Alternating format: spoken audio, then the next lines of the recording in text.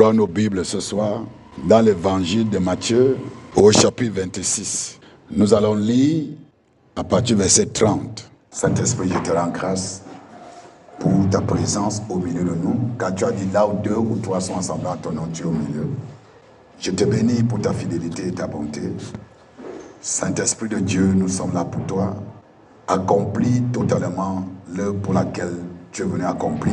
Ne regarde pas à nous, mais glorifie Christ, notre Seigneur, notre Sauveur. Au nom de Jésus, j'ai prié. Amen. Amen. Je vais faire une exhortation ou un enseignement sur le thème « Comprendre la prière stratégique ». Je vais parler de la prière stratégique. Je voudrais dire que la prière est l'une des choses que les chrétiens pratiquent le plus. Tout le monde dit nous prions. Dans toutes nos congrégations, que ce soit les églises dites traditionnelles ou conventionnelles, ou ce que vous appelez nouvelles églises, c'est-à-dire le courant pentecôtiste, de plus en plus les gens prient. Mais si vous regardez de près la vie des gens qui sont en train de prier, il y a très peu de résultats. Il y a beaucoup d'échecs dans ce que nous appelons la prière. Et pourtant, dans plusieurs passages de la Bible, il est promis que Dieu exaucera la prière. Jésus dit, demandez et l'on vous donnera. Frappez et on vous ouvrira. Cherchez et vous trouverez. Il s'agit de la prière. Dans le livre de Jean, il dit, tout ce que vous demanderez à mon Père en mon nom, je le ferai, afin que le Père soit glorifié dans le Fils. Mais cependant, la majorité de nos prières sont faites au nom de Jésus. Mais nous n'avons pas de résultats. Si vous voulez, nous avons très peu de résultats. La prière est l'une de ces choses que les disciples ont demandé à Jésus. Seigneur, enseigne-nous à prier. La prière s'apprend. Tout le monde va dire, ah, nous prions. Non, nous prions. Non, je prie beaucoup. Mais lorsqu'on regarde de près, il n'y a pas assez de résultats. Pourquoi? Parce que nous ne connaissons pas prier. Alors il est important que nous apprenions à prier. Je parle de la prière stratégique. Je voudrais dire que la prière est une activité spirituelle. Vous pouvez méditer la parole de Dieu sans être spirituel. Vous pouvez prêcher l'évangile sans être spirituel.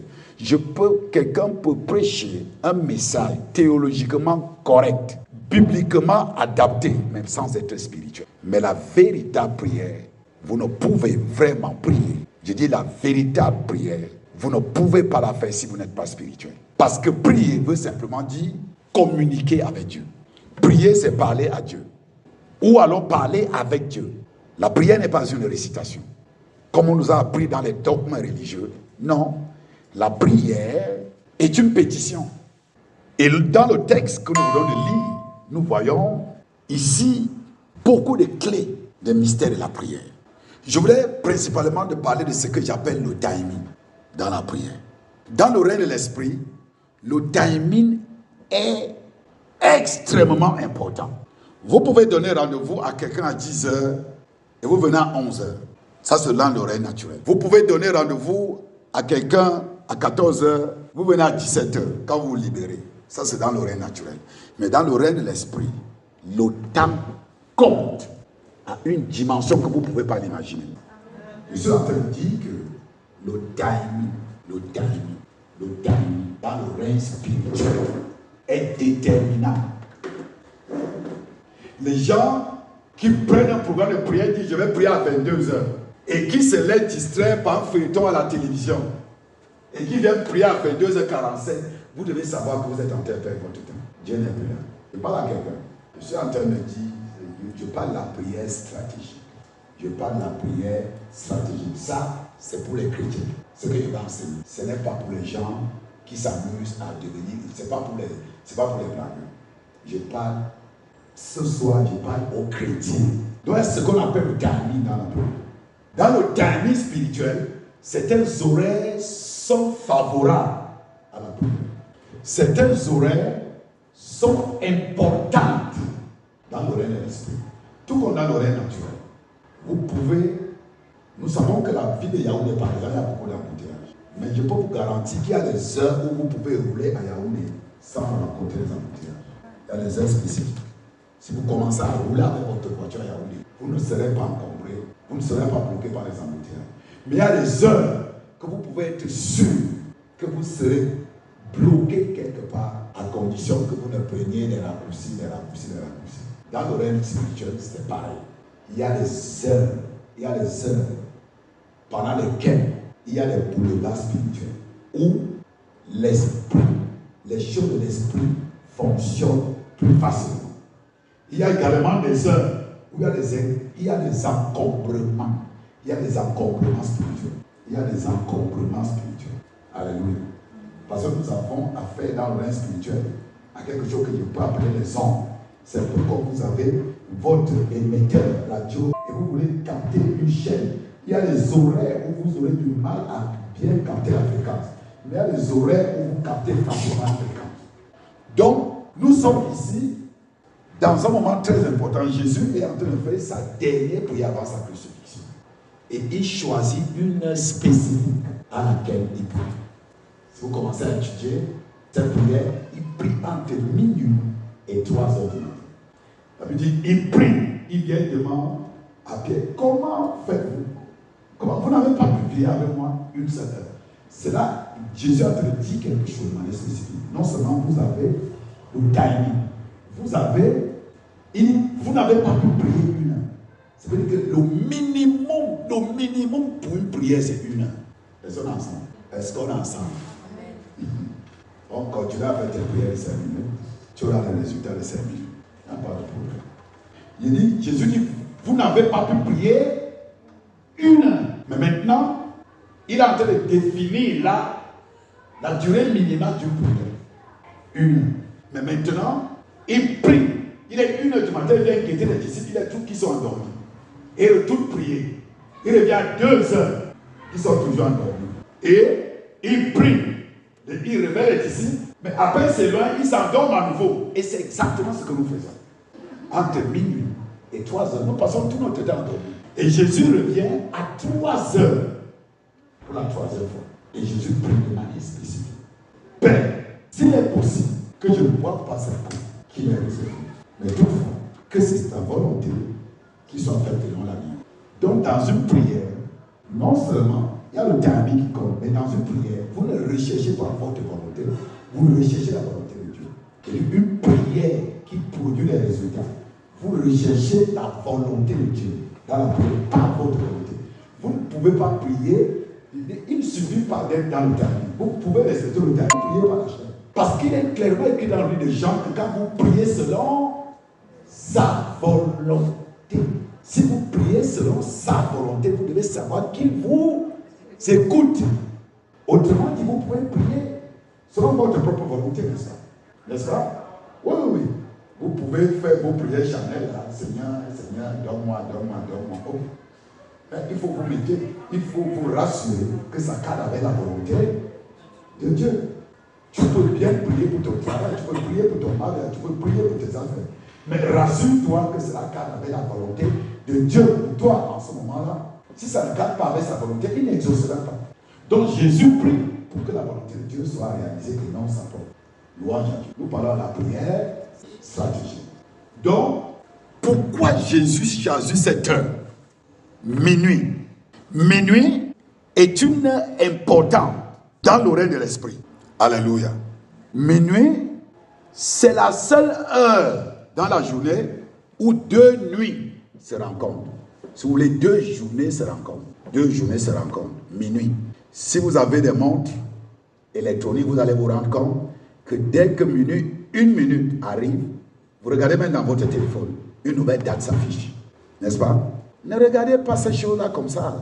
Ça a une signification dans l'oreille de l'esprit aussi. Ça veut dire que vous avez commencé une journée et elle vient de finir. Mais cependant, vous êtes toujours, c'est comme si rien n'a changé. Mais quelque chose vient de changer. Une journée vient de se terminer, une autre vient de commencer. Donc, il y a 2 journées qui se rencontrent à minuit. Donc, ne regardez pas dans le règne naturel que les choses sont comme ainsi. Parce que dans le règne spirituel, minuit est également l'heure de rencontre. C'est l'heure de rencontre. C'est à minuit que tous tes ennemis se rassemblent pour décider de ce que ta vie doit être. C'est à minuit. C'est à minuit. Ils se retrouvent. L'heure de rencontre. Deuxièmement, minuit, c'est l'heure où les grandes décisions se prennent. C'est à l'heure là. Vous vous levez le matin, vous voyez les choses que vous avez planifié, organisé, ça prend une autre tournure. C'est à minuit que ça a été décidé. À minuit est l'heure où les destinées des individus, les destinées des familles, des communautés et même des nations sont souvent orientées. C'est à minuit. Regardons quelque chose. Je vous ai déjà dit que c'est l'heure des grandes décisions. Allons à Exode chapitre 12. Exode chapitre 12. Je vais vous démontrer que la Bible s'explique par elle-même. Ces choses que tu es en train d'apprendre, si cela ne change pas ta manière de faire, ça veut dire que ça n'aura servi à rien. Elles sont ensemble. Tu es en train d'apprendre ces choses pour que tu changes ta manière de faire. Exode chapitre 12, verset 29. Il est écrit, au milieu de la nuit. Milieu de la nuit, c'est quelle heure? C'est minuit. Au milieu de la nuit, l'Éternel frappa tous les premiers-nés dans le pays d'Égypte. Depuis le premier-né de Pharaon assis sur son trône, jusqu'au premier-né des captifs dans sa prison, et jusqu'à tous les premiers-nés des animaux. À quelle heure? À minuit. Pharaon se leva de nuit, lui et tous ses serviteurs, et tous les Égyptiens, et il y eut de grands cris en Égypte, car il n'y avait point de maison où il n'y eut de mort. Il n'y eut un mort. Alléluia. Nous avons dit que minuit, c'est l'heure de la prise des grandes décisions. Nous avons déjà dit que c'est l'heure des grandes rencontres. 2 jours se rencontrent d'abord dans le plan naturel, mais c'est aussi l'heure où, très souvent, parce qu'eux, ils sont conscients de ça, Satan rassemble toujours son peuple à minuit. C'est à minuit que les sorciers opèrent le plus. Minuit 00, ils sont aux aguets. Ils commencent le travail. Mais c'est à l'heure là que les chrétiens choisissent de dormir. Je vais dire ceci à quelqu'un. Il est extrêmement important d'être à la table de décision. Si vous êtes absent, lorsque les grandes décisions sont prises, vous avez de fortes chances que les décisions soient prises en votre défaveur. Elles sont ensemble. Dans le livre de Job au chapitre 1, la Bible dit que les fils de Dieu étaient réunis et Satan est venu. Dieu lui demande, tu sors d'où? Satan n'est pas un enfant de Dieu, nous le savons. Mais Job était enfant de Dieu, mais il était absent. Hello? Il n'était pas là. Mais maintenant, l'ennemi est venu. Pendant que Dieu était en réunion avec ses enfants, Dieu lui demande, comme tu dis que tu viens de te promener sur toute la terre, est-ce que tu as vu mon serviteur Job? Satan a commencé à dire des choses. Si Job avait été présent, il aurait dit quelque chose. Mais les gens ont décidé sans lui. Ma prière est qu'à partir de maintenant, que tu sois à la table, tu sois toujours présent à la table de décision. Je dis que c'est ma prière, que tu ne sois plus absent à la table de décision. Si tu es dans une entreprise et tu n'es pas parmi les décideurs, tu vas seulement constater. Alléluia. Oui, tu seras là pour subir. Chaque fois, tu seras pour subir. Tu vas venir, on va dire que bon, on a décidé qu'on ajoute 10 000 à tout le monde. Mais tu ne sais pas que les gens qui ont pris les décisions là, eux, ils se sont ajoutés 50 000. Mais ils ont donné 10 000 à tout le reste. Mais si tu avais été là, tu n'aurais pas 10 000, tu aurais 50. Hello. Minuit. Regarde encore quelque chose. Il va te montrer les choses au sujet de minuit. Va dans le psaume 119. Lis le verset 62. Verset 62. Oui. Au milieu de la nuit, je me lève pour te louer. Au milieu de la nuit, je me lève pour te louer. Qui parle? David, le psalmiste. C'est un roi, n'est-ce pas? Toi, tu dis, je suis trop fatigué. Mais dis-moi si tu es plus occupé qu'un roi. Il dit, au milieu de la nuit, je me lève. Ça, c'est David qui parle. Je prie Dieu que tu commences à te lever au milieu de la nuit. Amen. Je dis que tu ne peux pas sortir de ce programme comme ça. La prière est stratégique. Ce n'est pas seulement que j'ai prié. Au milieu de la nuit, je me lève pour te louer. Oui, des jugements, de ta justice. Donc, minuit, c'est l'heure du jugement. C'est l'heure des jugements. Minuit, c'est l'heure des jugements. Quand on veut tuer quelqu'un, c'est à minuit qu'on l'amène à la barre dans le règne de l'esprit, dans le règne satanique. C'est à minuit qu'on t'amène dans le règne éternel. On commence à te juger. On commence à te juger. On commence à te juger. Mais si les gars là viennent à minuit, ils te trouvent en train d'adorer Dieu. Dis-moi comment ils vont te prendre pour aller te juger. Comment? Elles sont ensemble. Qu'à minuit, tu as les genoux en train de prier le Seigneur. Les sorciers viennent te transporter pour aller te manger. Tu crois que c'est possible? Ce n'est même pas possible. Mais à minuit, je suis trop fatigué. Parce que tu as passé ton temps à regarder la télévision, tu as regardé la télé toute la journée. Et à minuit, il faut que tu dors. Mais c'est à minuit que les jugements se font. C'est l'heure des jugements. Je vais aller plus loin. Je veux que tu comprennes ce que nous sommes en train de dire ce soir. Minuit, à l'heure des jugements, à l'heure où tes ennemis se lèvent pour te juger, toi-même, c'est à minuit que toi-même tu vas te lever. Tu ne comprends pas ce que c'est. Tu ne comprends pas. Tu ne comprends pas. Je dis que c'est à minuit que tu dois être debout pour prononcer les jugements sur tes ennemis.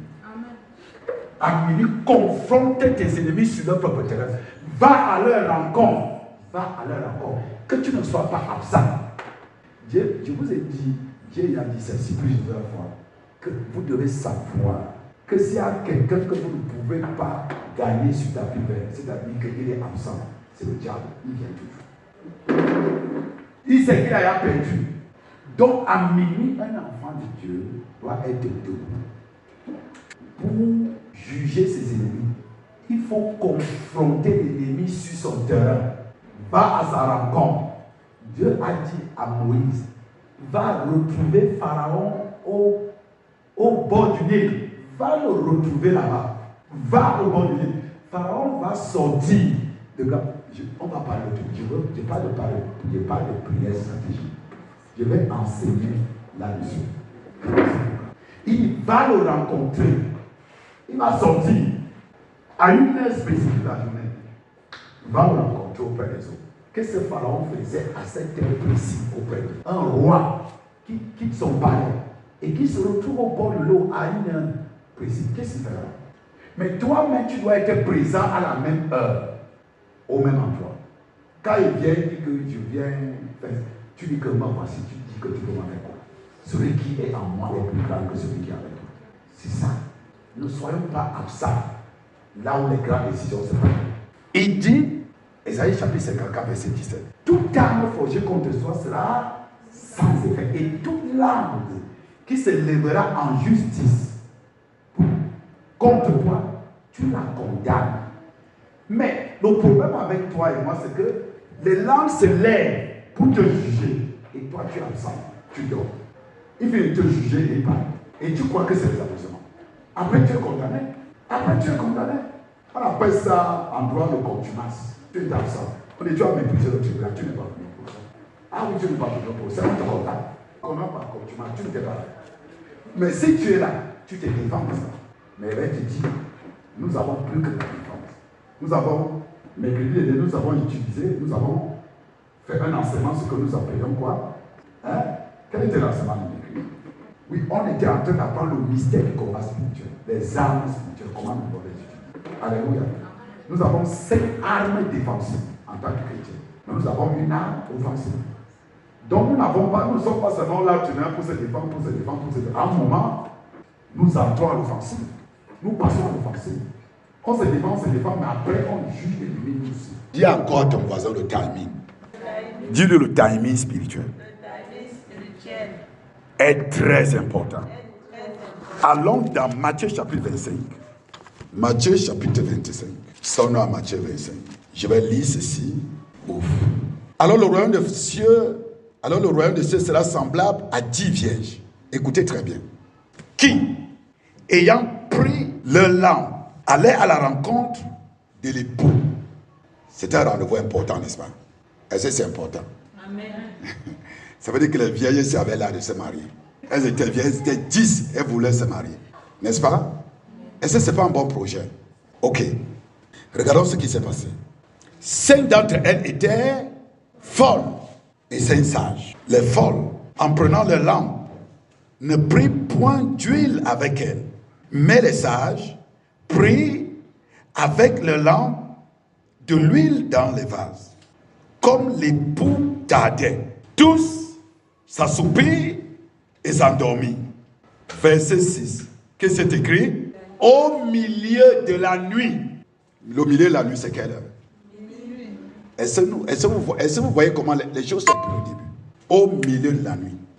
Au milieu de la nuit, on cria debout. Voici l'époux. Allez à sa rencontre. À quelle heure? Minuit. Beaucoup de sœurs et de frères en Christ perdent leur mariage à minuit. Je vous assure. Et les filles du monde se marient facilement. Si vous regardez bien, les filles du monde se marient plus que les chrétiens. Parce qu'à minuit, elle envoie de nuit. Elles sont là ça. À minuit, elle envoie de nuit, elle n'est pas endormie. Elle est avec son chaud à minuit. Mais à minuit, la sœur chrétienne dort. Or, la Bible dit que dès que minuit a sonné, on dit voici les poules, allez à sa rencontre. C'est à minuit justement que les mariages sont détournés. Mais oui, c'est à minuit. C'est l'heure des décisions. C'est l'heure des décisions. On dit, oh, écoutez, la Bible dit qu'elles étaient là depuis. On dit par leur exemple, elles étaient là depuis.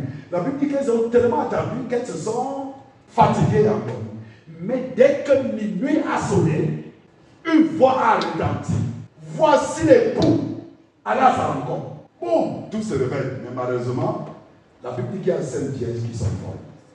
Elles sont vierges. La virginité, c'est une image de la pureté. Elles ne vivaient pas dans le péché, mais elles étaient folles. Elles étaient folles pourquoi? Elles n'étaient pas préparées à rencontrer le pouls. Elles n'étaient pas prêtes. Vous voyez?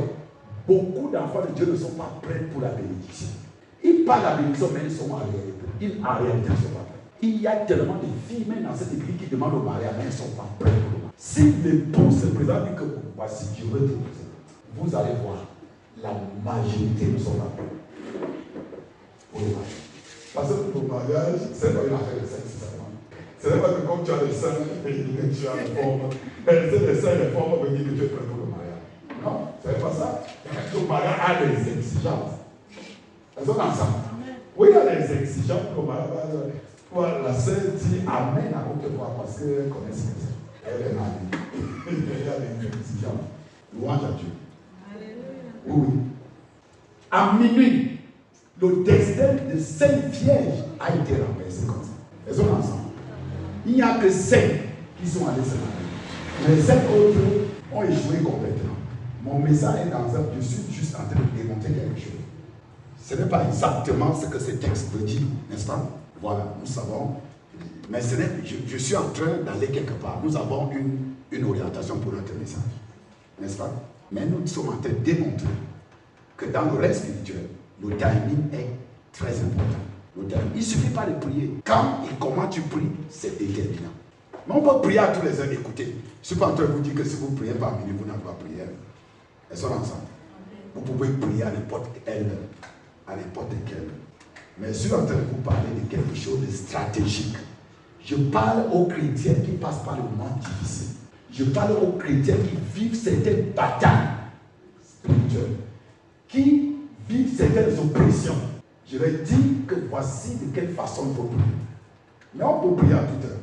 Alléluia.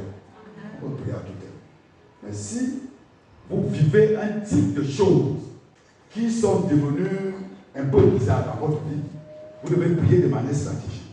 Regardons encore quelque chose. Acte chapitre 16. Acte chapitre 16. Sommes là, Acte 16. Acte chapitre 16. Regardons à partir du verset 23. C'est un long texte, mais vous connaissez certainement ce texte si vous avez l'habitude de lire le livre des Actes des Apôtres. Je dis Acte chapitre 16. Et nous sommes au verset 23. Après qu'on les ait eus chargés de coups, ils les jetaient en prison. Il s'agit de Paul et Silas. N'est-ce pas? On les jetait en prison en recommandant aux geôliers de les garder sûrement. Alléluia. Est-ce que vous comprenez ce qu'on est en train de dire ici? Et on les a mis en prison. Mais maintenant, les autorités de la ville demandent aux geôliers. Le geôlier, c'est qui? Le gardien de prison. Vous savez qu'il y a des geôliers spirituels? Vous ne savez pas. C'est mieux pour vous de ne pas les connaître. Mais il y a des geôliers spirituels. Mais c'est une erreur d'ignorer ces choses aussi. Alors, on demande aux geôliers, les autorités demandent aux geôliers de les garder en sûreté, qu'aucun d'eux ne s'échappe. Merci Seigneur. Verset 24. Le geôlier, ayant reçu cet ordre, les jeta dans la prison intérieure et leur mit les cèpes aux pieds, c'est-à-dire les chaînes. Il les enchaîne. Ce ne sont pas les brigands. c'est des prédicateurs, c'est des pasteurs. Alléluia. Mais les voilà. Tu dis, je n'ai rien fait à personne. Je ne sais pas pourquoi on me hait comme ça. Je ne sais même pas. Pourtant, j'ai fait trop de bien dans cette famille. Même si tu fais du bien dans cette famille, tu dois mener le combat spirituel. Verset 25. Vers le milieu de la nuit. Alléluia. Donc, à minuit, qu'est-ce qui se passe? Paul et Silas priaient et chantaient les cantiques. À quelle heure? Au milieu de la nuit. Qu'est-ce qu'ils faisaient? Ils priaient et ils chantaient des cantiques. Pourquoi ne l'ont-ils pas fait ça avant?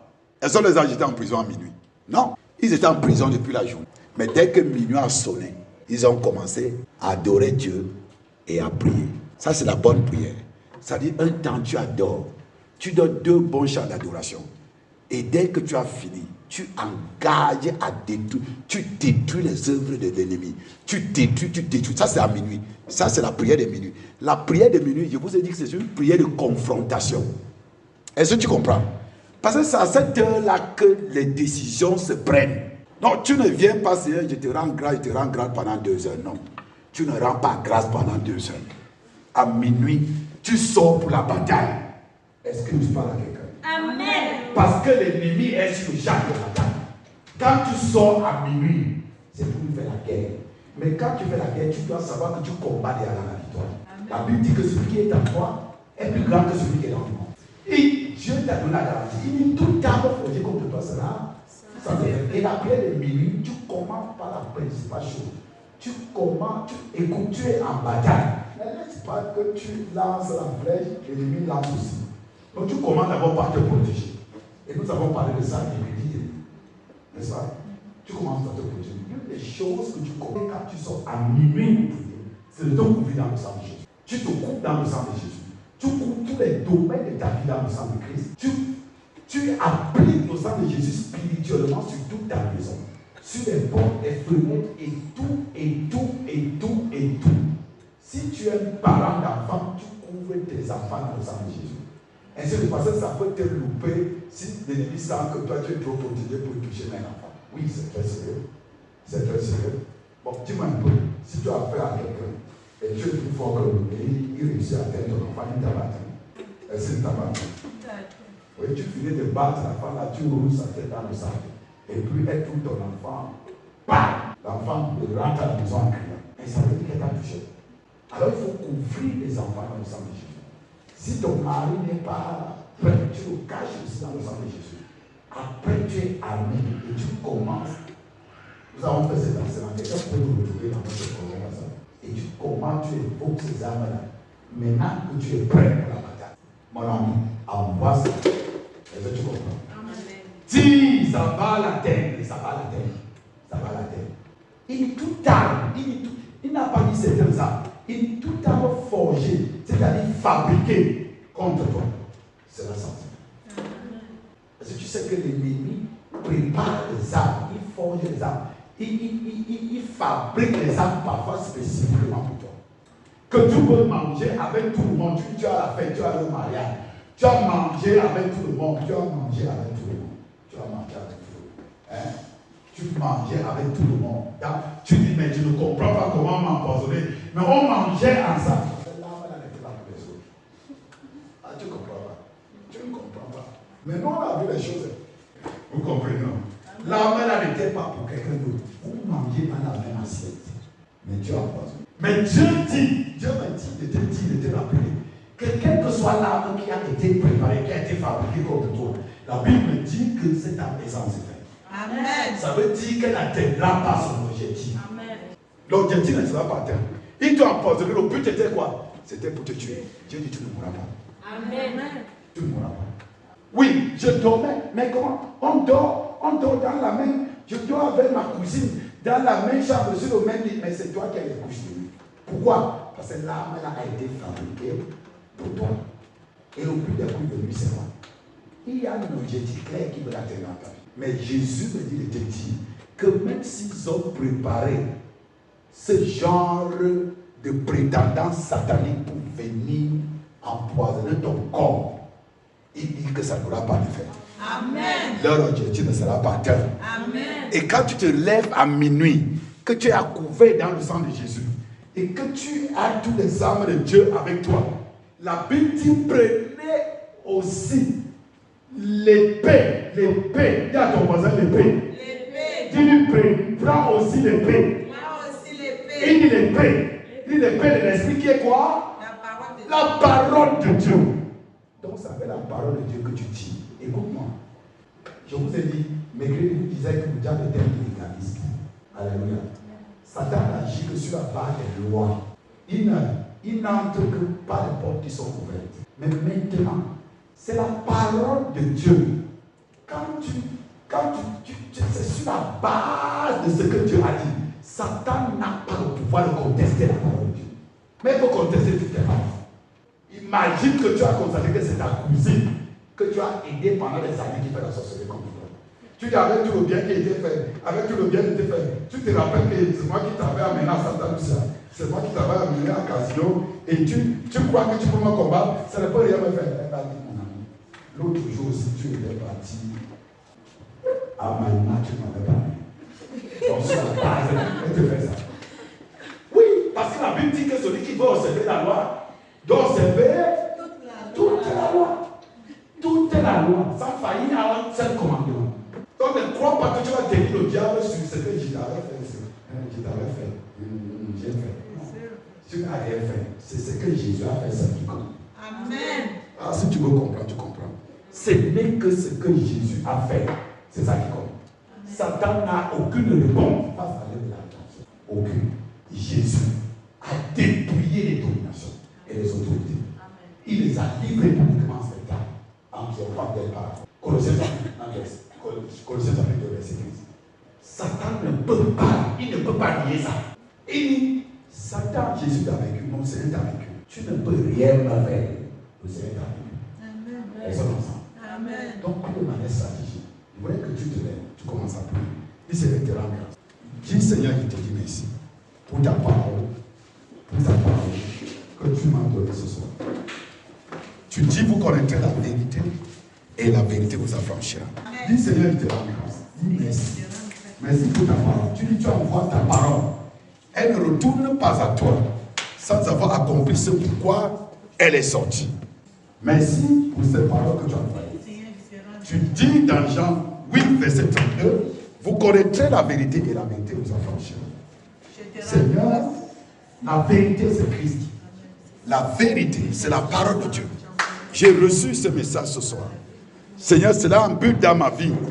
Et je prie que tu m'accordes la grâce. Seigneur, que cette vérité que j'ai reçue ce soir, que je commence à la pratiquer. Que je commence à la mettre en pratique. Que je commence à la mettre en pratique. Que je commence à la mettre en pratique. Au nom de Jésus. Amen. Nous venons de voir dans le livre d'Exode. C'est Dieu lui-même. Il frappe Pharaon et le pays d'Égypte à minuit. Est-ce que vous comprenez? Que parfois vous voyez, si vous avez accompagné les gens qui sont malades, vraiment malades, vous allez voir qu'à partir de minuit, leur santé commence à se dégrader. À partir de minuit. Parce que c'est l'heure des jugements. Alléluia. Je voudrais que tu commences à prier. Tu vas dire, Seigneur, par le nom de Jésus, accorde-moi la grâce. Accorde-moi la grâce de m'approprier de ta parole et de la mettre en pratique. Commence à prier. Je Saint-Esprit, aide-moi. Aide-moi à mettre ta parole en pratique. Aide-moi à la mettre en pratique. Tu as dit ne vous bornez pas à écouter la parole, mais mettez-la en pratique. Tu as dit ne vous bornez pas à l'écouter. Tu as dit mettez-la en pratique. Seigneur, cet esprit de Dieu, sans toi je ne peux rien faire. Sans toi je ne peux rien faire. Aide-moi à mettre la parole en pratique. Aide-moi à mettre la parole en pratique. Aide-moi à mettre la parole en pratique. Au nom de Jésus. Amen. Je voudrais maintenant que tu pries. La Bible dit que Dieu ne tient pas compte du temps de l'ignorance. Amen. Peut-être beaucoup de décisions dans ta vie, dans ma vie, ont été prises à des heures et nous étions absents. N'est-ce pas? Et que ces choses sont en train de se manifester aujourd'hui. Tu vas dire, Seigneur,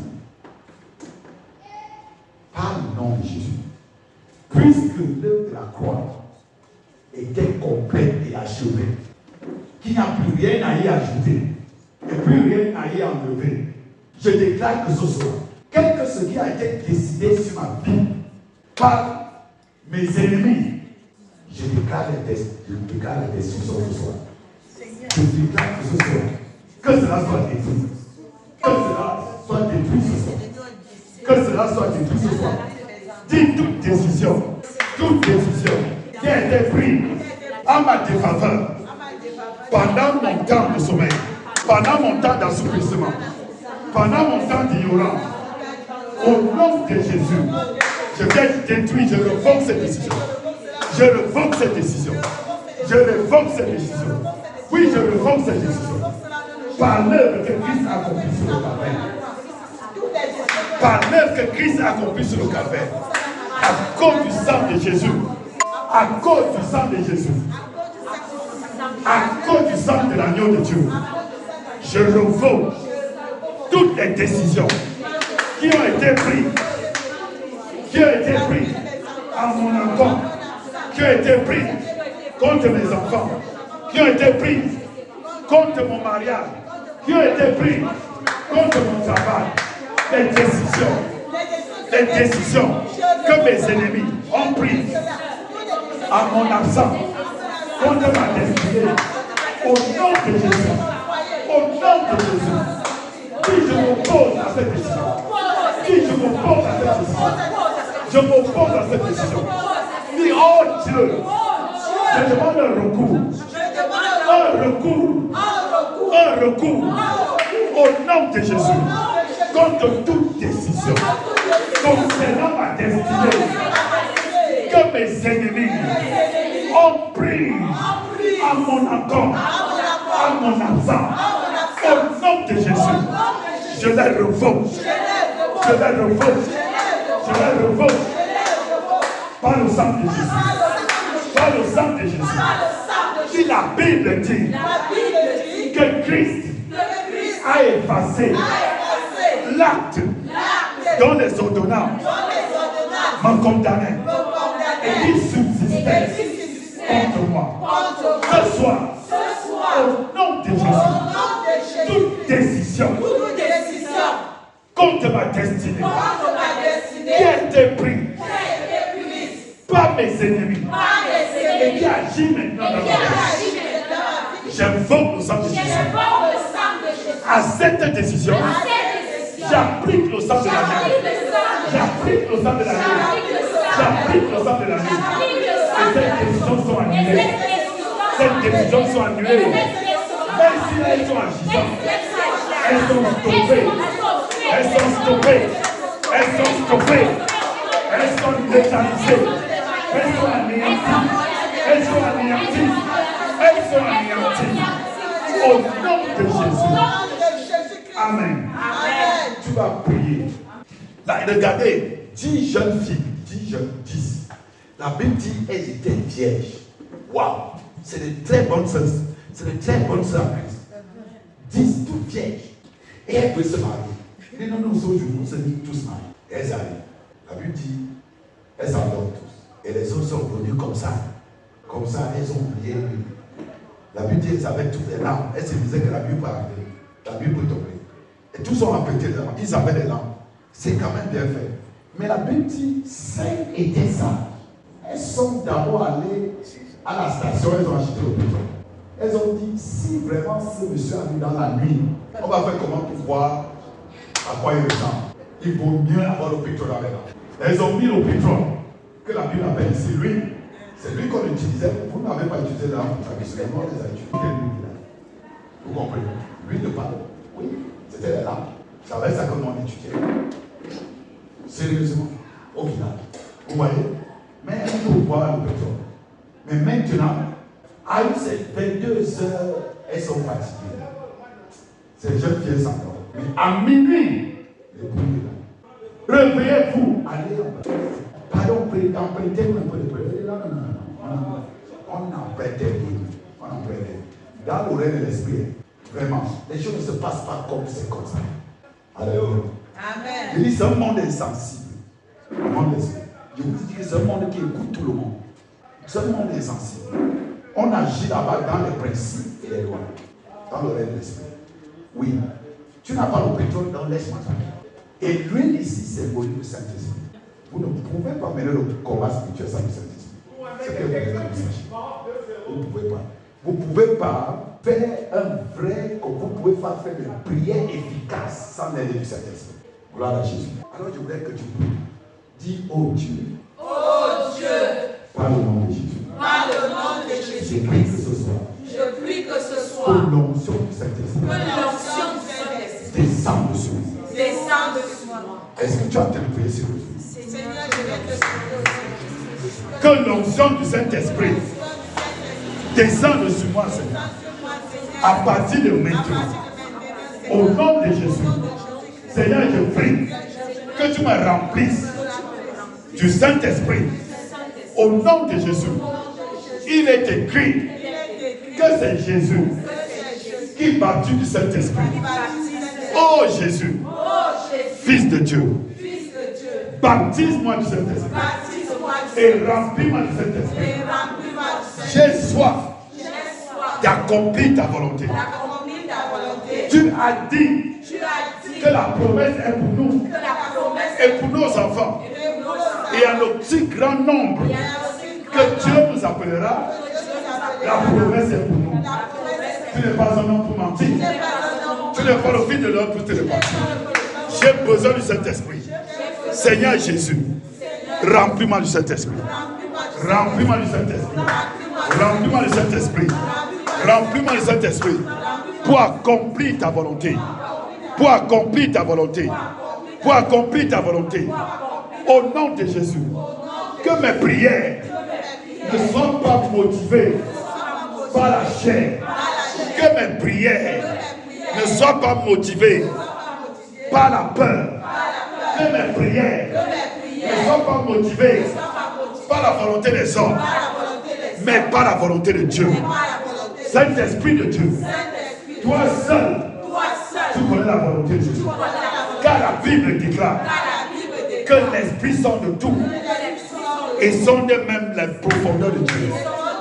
Saint-Esprit de Dieu, toi qui connais la volonté de Dieu pour mon mariage, toi qui connais la volonté de Dieu pour mon travail, toi qui connais la volonté de Dieu pour ma destinée, conduis-moi, inspire-moi dans tes prières. Au nom de Jésus, aide-moi à prier. Seigneur Saint-Esprit de Dieu, par le nom de Jésus, aide-moi à prier.